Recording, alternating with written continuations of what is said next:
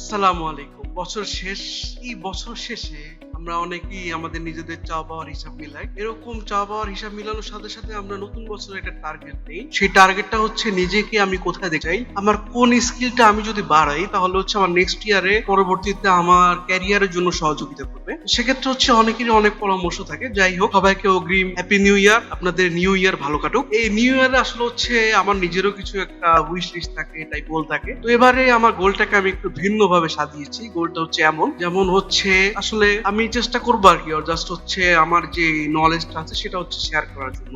আসলে knowledge share করার মাধ্যমেই আসলে নলেজটা বৃদ্ধি পায়। আর আমাদের ইসলামে হচ্ছে জ্ঞানের সাদাকে জ্ঞানটা শেয়ার করা, অর্থাৎ বেনিফিশিয়াল যে নলেজটা আছে সেটা অন্যদের সাথে শেয়ার করা। আমি শেয়ার করার মাধ্যমে হচ্ছে আপনি জানবেন, পাশে অন্যকে জানতে সহায়তা করবেন। এর জন্য আসলে আমি নতুন একটা সিরিজ শুরু করতে চাই, সেটা হচ্ছে ইলাস্ট্রেটর প্লাস ফটোশপের বিভিন্ন টুল নিয়ে। এগুলো সবগুলো হচ্ছে আমার ইউটিউবে থাকবে প্লেলিস্ট আকারে।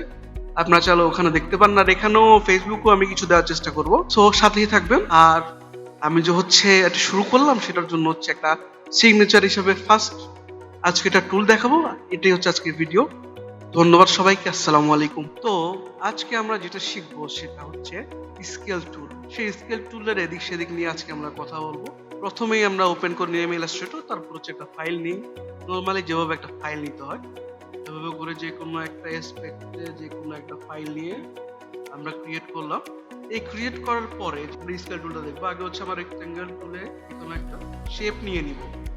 কোনো একটা শেপ হচ্ছে এটা একটা স্ট্রোক দিয়ে দিলাম।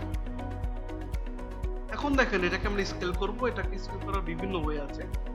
ফার্স্ট ওয়েটা দেখবো, এখানে স্কেল টুলটা ইউজ করবো। স্কেল টুল রেক্ট্যাঙ্গেল নিলাম, সেই রেক্ট্যাঙ্গেলের মধ্যে হচ্ছে আমরা স্কেল টুলটাকে অ্যাক্টিভ করে নিয়ে তারপর হচ্ছে পয়েন্ট যেগুলো আছে, পয়েন্টকে আমরা যদি টান দিয়ে দেখানো হচ্ছে ছোট হচ্ছে, বড় হচ্ছে, সাইডে বাড়তেছে, ভিতরে বাড়তেছে, এভাবে কি হচ্ছে এটা বাড়তেছে। এখন একটা জিনিস খেয়াল করেন, আপনি পয়েন্টটাকে যত ডানের দিকে নিবেন ডানে বাড়বে, ডানে বলতে দুই সাইডে বাড়বে। তারপর হচ্ছে যদি উপরের দিকে নেন উপর নিচে বাড়বে, ডানে বামে নিলে ডানে বামে বাড়বে। ঠিক আছে, এভাবে করে হচ্ছে পুরা ইয়াটা হচ্ছে আমার চেঞ্জ হচ্ছে।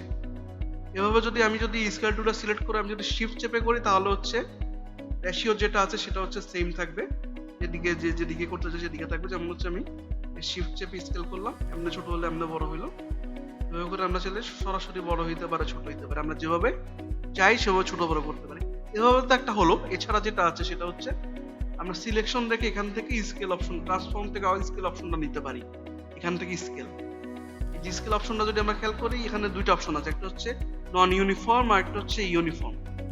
ইউনিফর্ম ব্যাপারটা হচ্ছে টোটালটা বড় হবে। যেমন হচ্ছে আমি এখান থেকে যদি 120% দেই, এটা টোটালটা শিফট আকারে বড় হবে। ঠিক আছে, এখন আমি চাইতেছি হচ্ছে এটা সাইডে বড় দরকার নাই, আমি হচ্ছে এটাকে একটা র্যান্ডম একটা হচ্ছে স্কোয়ার শেপ বানাই দেয়। তখন আমি এখানে কি করলাম, ট্রান্সফর্মে দেয়া স্কেল নিলাম। স্কেল নিয়ে হচ্ছে এখানে যে নন ইউনিফর্ম যেটা আছে সেটা এখানে তো 120 দেখাচ্ছে। তো আমরা এটাকে ধরুন হরিজন্টাল, যেটা একটা হচ্ছে ভার্টিক্যাল। আমরা হরিজন্টালটাকে কমিয়ে দেখি কি করে। এখানে আমরা যদি 80% দিই তাহলে হচ্ছে দেখি, এই যে দেখেন সাইডেরটা কমে গেছে। অর্থাৎ আমি যদি সাইডেরটা কমাতে চাই তাহলে হচ্ছে কমাবো হচ্ছে হরিজন্টাল, আর যদি উপর নিচ কমাতে চাই তাহলে ইউজ করবো হচ্ছে ভার্টিক্যালটা।